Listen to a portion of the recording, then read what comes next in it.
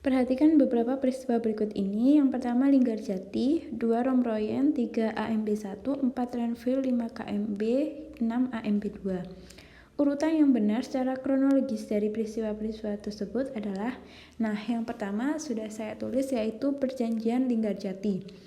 Kemudian setelah adanya Perjanjian Linggarjati, karena Belanda mengingkarinya, akhirnya terjadi agresi militer Belanda I. Kemudian setelah agresi militer Belanda I, terjadi perundingan Renville.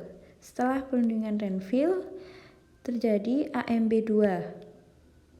Setelah AMB2 atau agresi militer 2, terjadi perundingan Romroyen dan terakhir dilanjutkan dengan konferensi meja bundar. Untuk yang pertama, kita akan bahas tentang Perjanjian Linggarjati.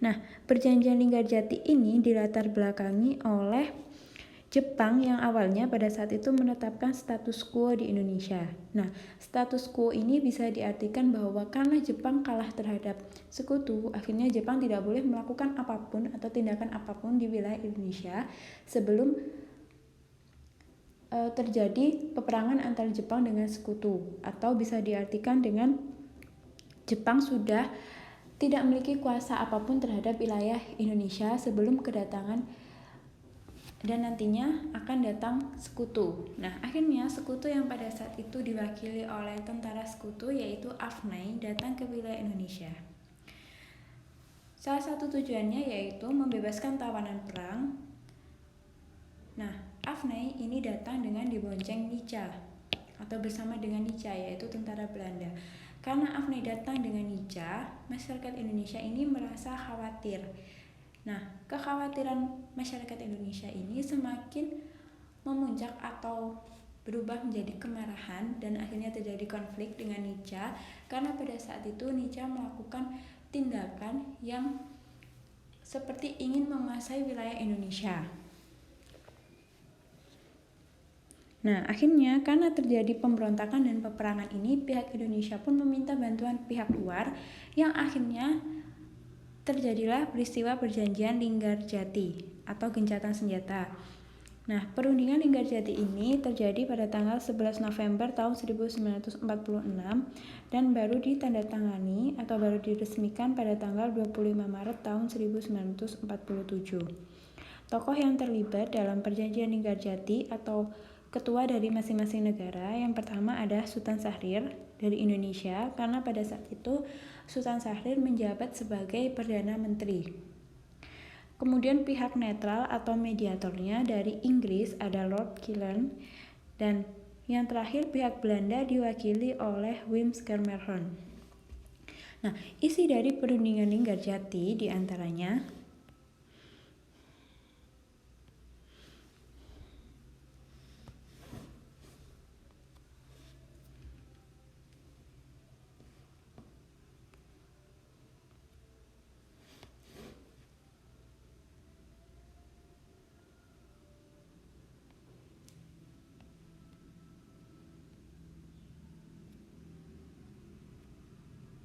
ini adalah isi dari Perjanjian Linggarjati. Ada 3 poin di mana Belanda mengakui secara de facto wilayah Indonesia hanya 3 wilayah, yaitu Sumatera, Jawa, dan Madura. Sebelumnya yang kita ketahui ketika Indonesia merdeka, tanggal 17 Agustus tahun 1945, sehari setelahnya yaitu tanggal 18 Agustus tahun 1945, Indonesia telah pada sidang PPKI yang kedua, Indonesia telah menetapkan wilayah Indonesia terdiri dari 8 wilayah. Sidang PPKI yang kedua ini terjadi pada tanggal 22 Agustus tahun 1945. Namun ketika Perjanjian Linggarjati, pihak Belanda ini hanya mengakui 3 wilayah, ada Sumatera, Jawa, dan Madura. Kemudian poin yang kedua, RI dan Belanda akan bekerjasama dalam membentuk negara Indonesia Serikat atau dengan nama RIS, yang salah satu bagiannya yaitu Republik Indonesia. Republik Indonesia ini yang terdiri dari 3 wilayah ini menjadi satu negara di dalam negara Indonesia Serikat yang nantinya akan dibentuk oleh Indonesia sendiri dengan Belanda. Negara-negara lain yang tergabung dalam negara Indonesia Serikat ini adalah negara BFO atau negara boneka buatan Belanda. Kemudian poin yang ketiga, RIS dan Belanda akan membentuk Uni Indonesia Belanda dan Ratu Belanda sebagai ketuanya. Kemudian yang kedua ada agresi militer Belanda I.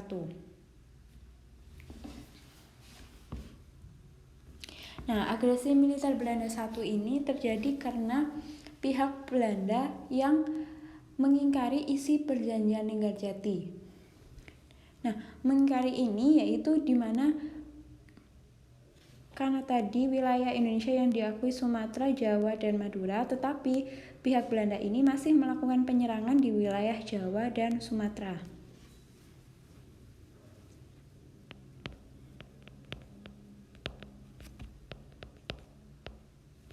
AMB 1 ini terjadi pada tanggal 21 Juli 1947 sampai 5 Agustus tahun 1947. Nah,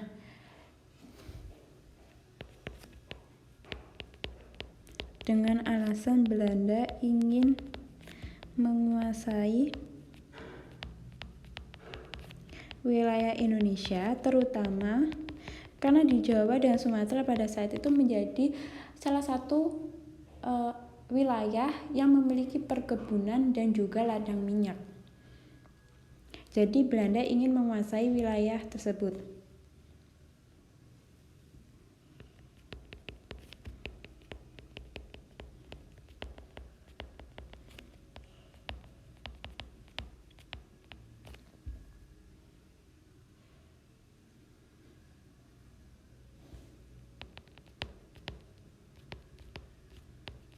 Nah, karena Belanda melakukan pengingkaran terhadap perjanjian itu yang tentunya memperburuk citra Belanda di wilayah internasional. Nah, pihak PBB pada saat itu mengusulkan agar segera dilakukan penyelesaian antara konflik Indonesia-Belanda dengan melakukan perundingan, yaitu perundingan Renville.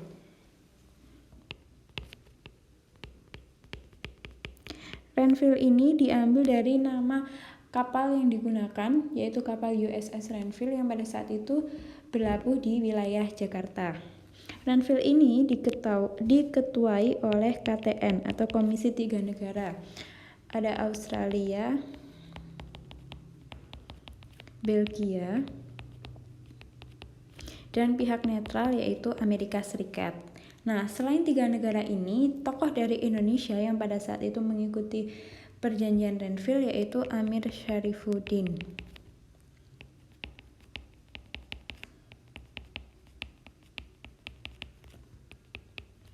Dan Belanda pada saat itu diwakili oleh tokoh Belanda dan salah satunya ada tokoh Indonesia yang berpihak kepada Belanda yaitu Abdul Qadir Wijoyo Atmojo.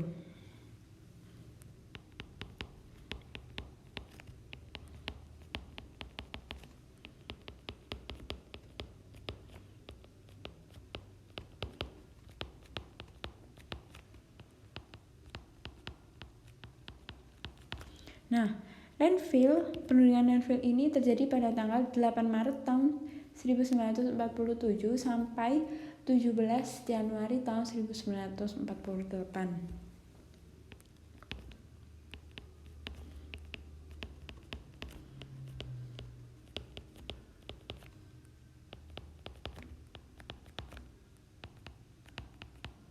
Nah, isi dari perundingan Renville diantaranya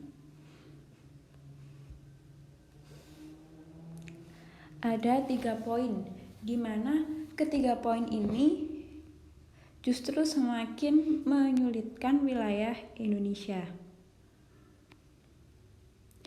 Poin yang pertama yaitu setelah Belanda mengakui wilayah Jawa, Sumatera, dan Madura, kemudian di perjanjian Renville Belanda hanya mengakui wilayah Jawa Tengah, Jogja, dan Sumatera sebagai wilayah RI. Sedangkan wilayah lain adalah nantinya diharapkan Belanda sebagai negara boneka atau BFO dari milik Belanda. Kemudian yang kedua, disetujuinya sebuah garis demarkasi, yaitu disebut dengan garis Van Mook, yang memisahkan wilayah Indonesia dengan daerah pendudukan Belanda. Nah, jadi Belanda pada saat itu menduduki beberapa wilayah Indonesia yang ada saat ini ya.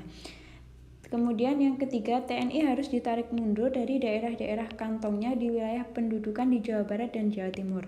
Nah, karena Jawa Timur dan Jawa Barat ini telah diakui sebagai negara boneka milik Belanda, akhirnya TNI yang ada di wilayah tersebut harus ditarik mundur dan dipindahkan ke Jawa Tengah atau Yogyakarta. Nah, tentunya dengan hasil perundingan Renville ini, pihak Indonesia atau masyarakat Indonesia tentu tidak setuju. Hal inilah yang akhirnya membuat Amir Syarifuddin pada saat itu disalahkan oleh beberapa masyarakat Indonesia karena dia dinilai tentunya tidak tegas dengan hasil perundingan. Nah, setelah Indonesia sudah mengalami perundingan Renville, kemudian yang kedua dilakukan kembali agresi militer Belanda II. Nah, agresi militer Belanda II ini dipusatkan di wilayah Yogyakarta karena pada saat itu Jogja adalah ibu kota dari Republik Indonesia.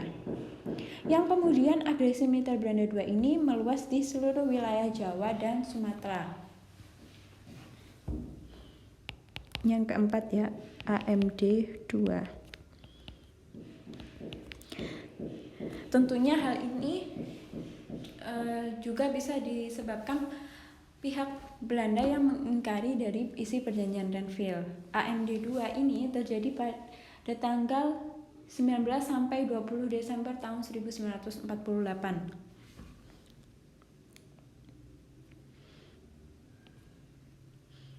Yaitu serangan Belanda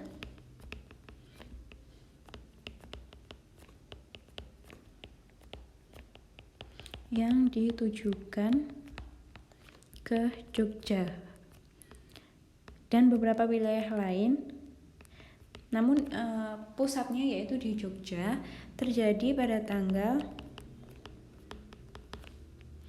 19 sampai 20 Desember tahun 1948.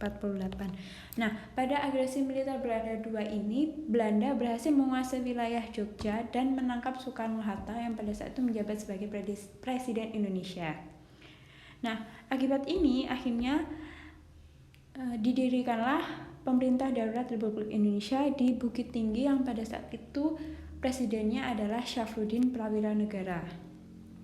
Syafruddin Prawira Negara ini yang ditunjuk langsung oleh Soekarno untuk menjadi Presiden PDRI akhirnya melakukan gerilya dan juga perundingan untuk meredam AMD atau agresi militer Belanda. Nah, akhirnya dari perundingan yang dilakukan berhasil dan lahirlah perjanjian Romroyen nantinya, yang akhirnya mengakhiri konflik bersenjata yang dilakukan oleh Belanda terhadap Indonesia.